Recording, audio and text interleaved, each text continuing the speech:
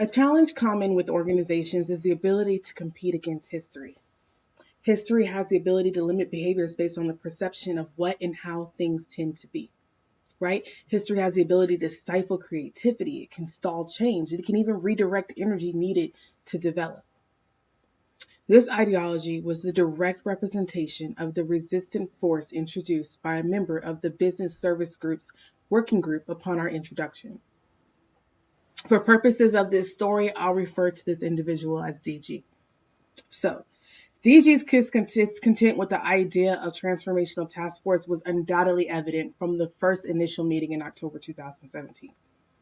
His selection to the team was a result of strong encouragement to volunteer from the group's senior leadership.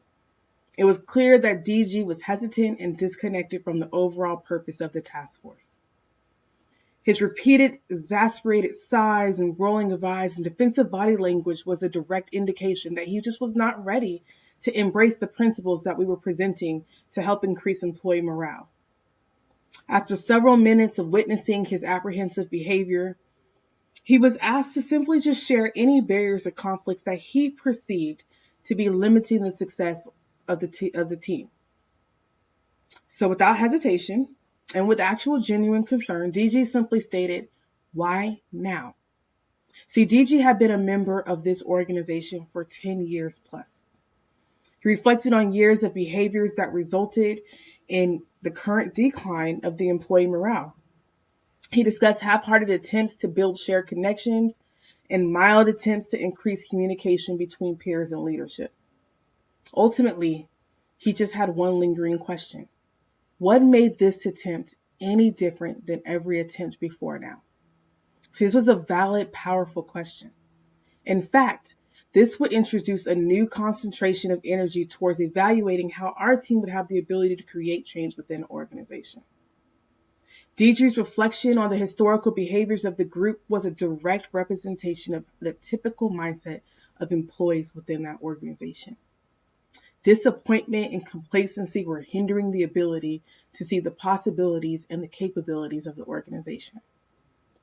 A trench between employees and leadership had grown so far that it impacted trust. The challenge would become obvious to our task force: to find a new, consistent reality. DG was prompted to reflect on the potential outcomes versus the actions of maintaining the current ways of operating. He was presented to think about one thought. Consider what the impact of maintaining the current internal environment could have on achieving unity, and how would it increase morale within the organization. If there was no willingness to encourage change, then how would change ever occur? Then the group was asked to reflect on the potential outcomes if our decisions and actions within the group were to be successful. After reflection for a while, DG, as well as the rest of the working group, described an environment of positivity, genuine connection, the ability to develop sustainable products, and build long-lasting relationships. DG openly expressed how these unknown possibilities definitely outweighed our current realities. As an added layer to connect with the members of the working group, they were asked to consider the purpose and direction of the team, and then consider how their involvement in the development of the team could alter trends of the past. See, just think, the power of change would begin in that room. Who better to initiate that journey than a group of individuals that would benefit directly and be invested in its success? See, it would be that concept that ultimately changed the perception and the benefits of that working group for DG. It solidified the commitment to redefine the historical behaviors of that organization. And it was from there that we were able to move forward in unison and with shared vision to create a new direction for that organization.